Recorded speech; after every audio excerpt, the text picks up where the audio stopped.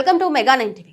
పశ్చిమ బెంగాల్లోని సౌత్ 24 పరగణాల జిల్లా భారూయిపూర్ ప్రాంతంలో గత కొన్ని రోజులుగా తీవ్ర ఉద్రిక్తత పరిస్థితులు నెలకొన్నాయి. 12 ఏళ్ల మైనర్ బాలికపై జరిగిన దారుణమైన హత్యాచార ఘటన అక్కడి ప్రజలలోనే కాదు యావత్ దేశాన్ని ఉలిక్కిపడేలా చేసింది. అయితే ఈ కేసు విచారణలో భాగంగా బుధవారం తెల్లవారుజామున ఒక ఊహించని సంచలన పరిణామం చోటు చేసుకుంది. ఈ కేసులో ప్రధాన నిందితుడైన ప్రభాస్ మోండల్ ను పోలీసులు సీన్ రీకన్స్ట్రక్షన్ కోసం తీసుకెళ్లిన సమయంలో అతను పోలీసులపై దాడికి దిగడంతో జరిగిన ఎన్కౌంటర్ లో ప్రాణాలు కోల్పోయాడు. నిందితుడి మరణంపై ఒకవైపు ప్రజలు హర్షం వ్యక్తం చేస్తూ ఉంటే మరోవైపు బెంగాల్ రాజకీయాల్లో మాత్రం ఇది పెద్ద దుమారానికి దారితీస్తుంది. అసలు ఈ సంఘటన ఎలా జరిగింది? ఎందుకు ఇంతటి తీవ్ర పరిణామాలు చోటు చేసుకున్నాయి? అసలు ఈ కేసు నేపథ్యం ఏమిటి?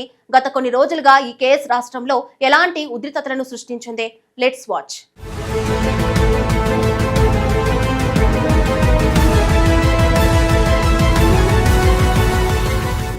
జూలై 4వ తేదీ శనివారం భారూయిపూర్లో 12 ఏళ్ల బాలిక అదృశ్యమైంది.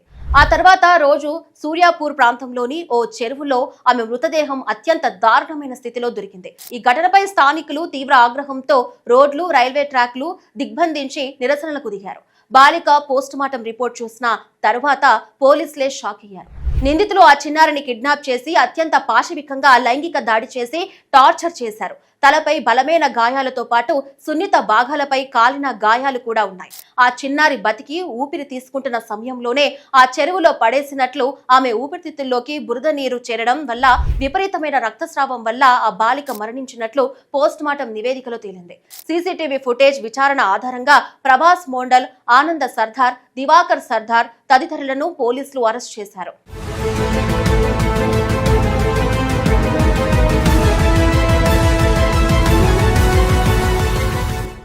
అరెస్ట్ అయిన వారిలో ప్రధాన నిందితుడు ఈ ప్రభాస్ మోండల్. బుధవారం తెల్లవారుజామున 12:45 క్రైమ్ సీన్ ను రీకన్స్ట్రక్షన్ చేయడానికి భారూయిపూర్ పోలీసులు ప్రభాస్ మోండల్ ను సూర్యాపూర్ తీసుకెళ్లారు. ఈ క్రమంలో పోలీసులు తుపాకీ లాక్కుని కాల్పులు జరిపారు. ఆత్మరక్షణ కోసం పోలీసుల ఎన్కౌంటర్ చేశారు.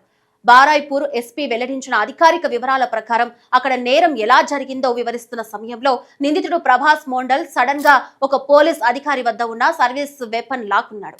పోలీసుల నుంచి తప్పించుకొని పారిపోవడానికి వారిపై ఒక రౌండ్ కాల్పులు జరిపాడు. దాంతో పోలీసులు ఆత్మరక్షణ కోసం జరిపిన ఎదురు కాల్పుల్లో ప్రభాస్ మోండల్ కు గాయాలయ్యాయి. తీవ్రంగా గాయపడిన అతన్ని వెంటనే బారాయ్పూర్ ఆసుపత్రికి తరలించగా అప్పటికే అతను మరణించినట్లు వైద్యులు ధృవీకరించారు.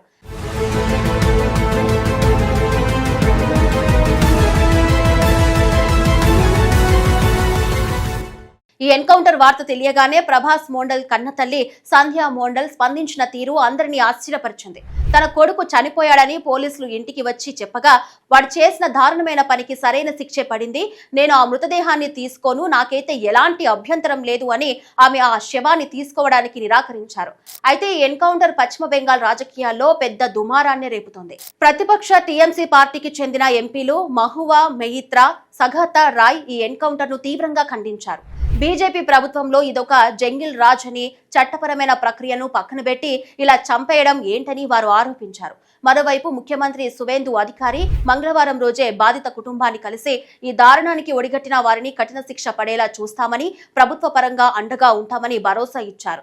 ఒక పసికందుపై అంతటి రాక్షసత్వానికి ఒడిగట్టిన నిందితుడికి ఇలాంటి శిక్షే పడాలని సాధారణ ప్రజలు, నెటిజన్లు తమ అభిప్రాయాలను వ్యక్తం చేస్తున్నారు. తన సొంత తల్లే కొడుకు మృతదేహాన్ని తిరస్కరించడం ఈ కేసులో ఉన్న తీవ్రతను తెలియజేస్తుంది.